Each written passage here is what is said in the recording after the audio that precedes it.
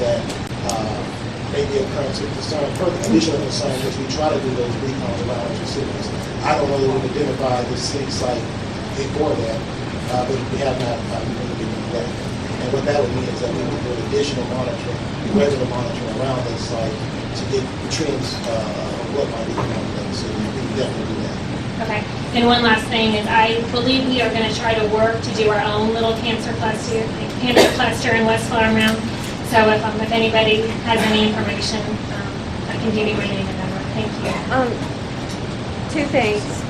You might want to make sure, again, that all the inspectors know that, and whoever answers the phone, that it does not have to be odor-based, because I hear complaints frequently that TCEQ said there's no smell. So, okay. And the other thing is with the TVA analyzer, I've witnessed this myself where they couldn't test because it was not at 5 parts per million. So they have a perception that they are not allowed to test unless it's at 5 parts per million. Tony, the guys that came to my house said they smelled it, they used the camera, they saw emissions, and they used the TVA, they got 1.3, and they said they could not put some chemicals in 5. And I'll say this, one of the reasons I come to these meetings is because I want to get the information from the guy. I have been taking a lot of notes because I want to listen to you.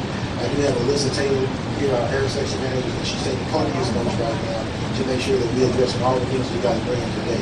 So we'll be making sure that if it's not fixed now, that we rectify that we get back to the office tomorrow.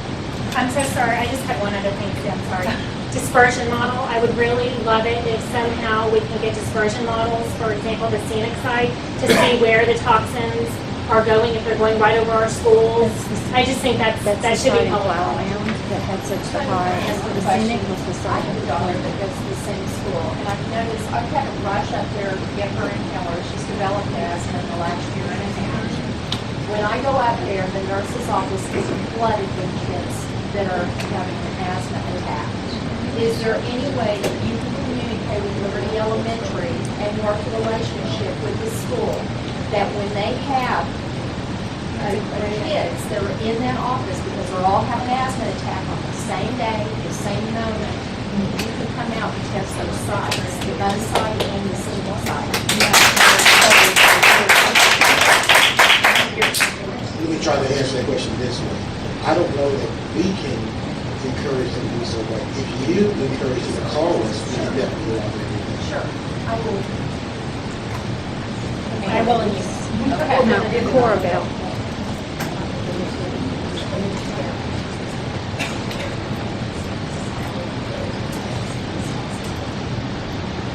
Hi, my name's Cora Bell, and if I speak funny, I'm from Australia, so bear with me. And I'm actually from Corinth, and I headed up the Corinth Cares group that actually stopped XTO from drilling the second well.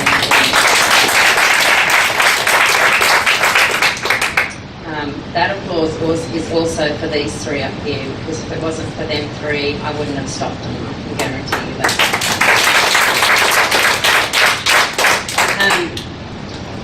I guess my question is, I moved here from Australia thinking that this was a great move.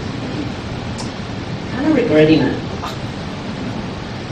You might laugh, but I swear there's a haze over North Texas that doesn't go away. And if the EPA can get funding from NASA, I'd really like for them to take a picture over North Texas. And not just in the morning when the VOCs start dissipating by the sun, but at night time, because we're all asleep when a lot of these VOCs are being let out. And then we wake up with these problems. And the fact that my 3-year-old's asleep and my 5-year-old, 7-year-old's asleep, breathing this in, as much as I can't excuse it for myself, I as a parent realize that I haven't put my children in the right environment. And as much as I try to feed them organic stuff and put them in a great school, I've realized that I'm failing them as far as environment's concerned. When I lay down at night and I think, what environment have I provided for my kids? I realize that I'm failing. So what are my options? My options are to just hang around and become part of a statistic, because that's what it seems like, that in 2 years' time, in 2012, the TCQ or the EPA will have had their study done, and yeah, we'll all just be part of a statistic. Great. So what then? We've all already suffered the nosebleeds. We've all already got stuff in our blood, in our organs. Adults are being tested.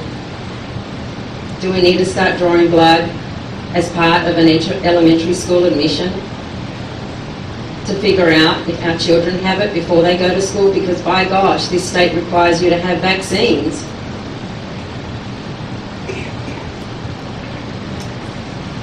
These 5 part per billion standards that have been set, when were they set?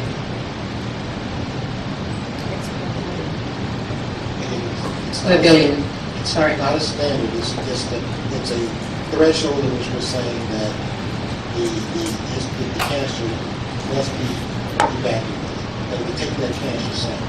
It's not a standard, it's just, we're deriving the policy, and I should say that when you must take that cancer, it's not set to say when you can, it's when you must. It's just a policy. Okay, but people are reacting at levels lower to that, and so are women, and so are children, and so are men.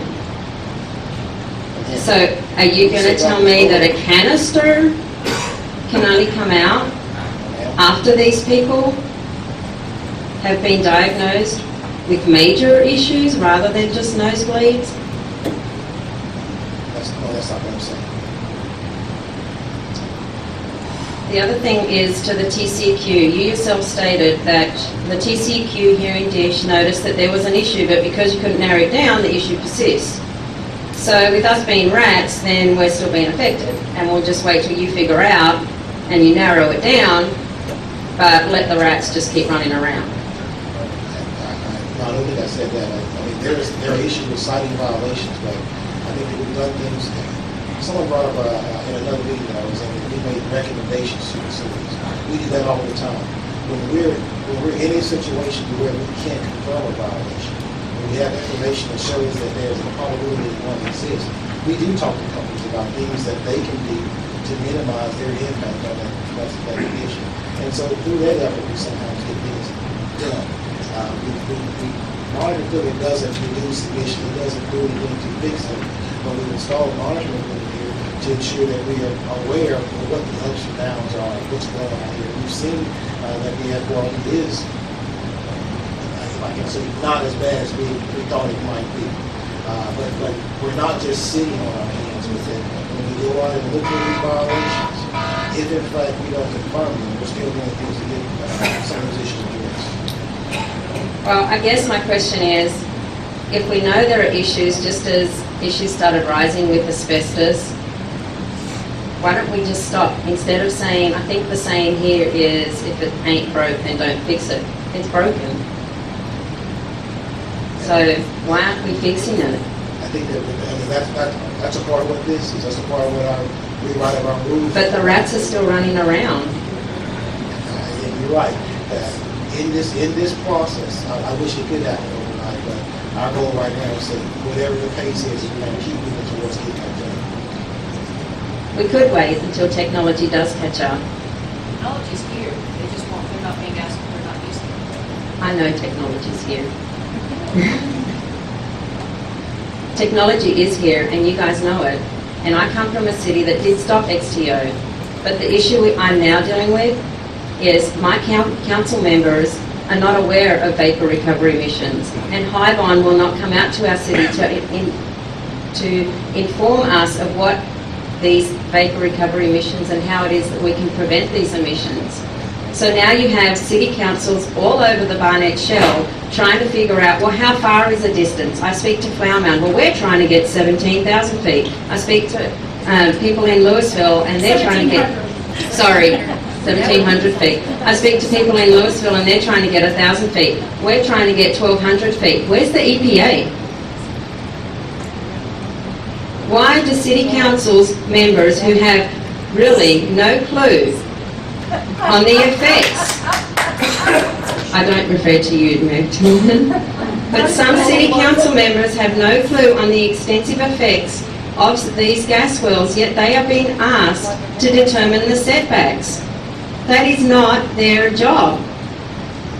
This is the EPA's job. You are the voice of residents. We need you to be a voice and to get a microphone and speak up for us. Yes.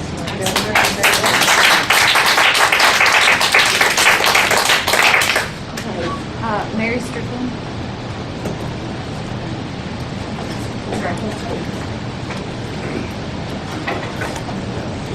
My name is Mary Strickland, and I am also from Flower Mound. I got involved last January when they were going to try to put a wastewater collection facility in Flower Mound, and then proceeded to work with the election and some of the other things. Little did I know that my grandson contracted leukemia. He is in Flower Mound with his parents. I have to email my daughter to see if it was okay to talk about it tonight. I wasn't intending to do that, but she said it was fine. Her pediatrician believes it is linked to gas well drill in the Flower Mound area.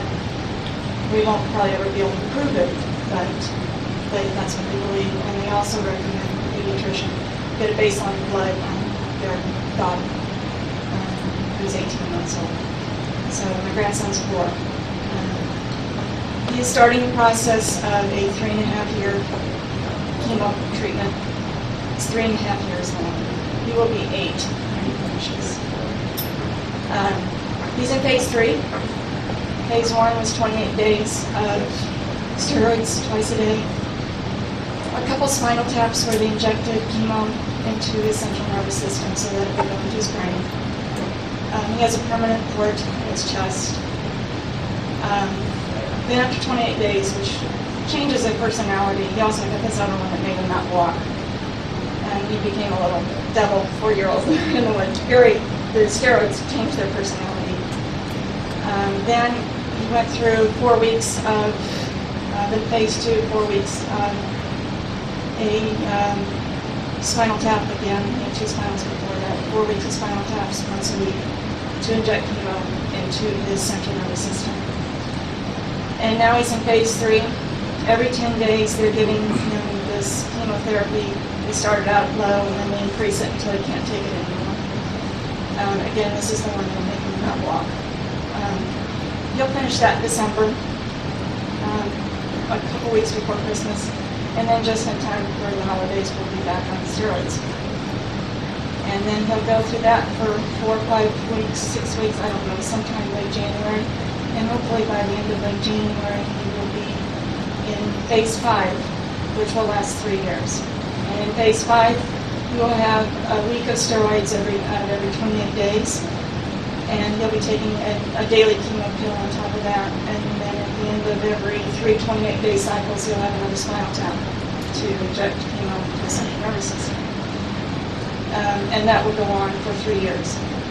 And at the end of 3 years, hopefully everything will be okay. And then he will come on with that. He will be about 8 years old. All he will remember from the last 4 years is trips to children's. A child should not have to go through that. I was looking at the cost of leukemia on Googling it to find out what it cost. His first trip to the hospital was $90,000. There is a cost to this. I found the cost of leukemia, the average cost of a child with leukemia on the EPA's website, and it's around $600,000 plus is what they estimate. Why would it be on the EPA's website? Leukemia is not hereditary, it's environmental. Something triggers the blood in the system to go bad. There is a leukemia cluster study, or was one in Flower Mound. He was not part of that because that was leukemia past and he was just diagnosed in July. That wasn't the reason I was coming to talk, but I think that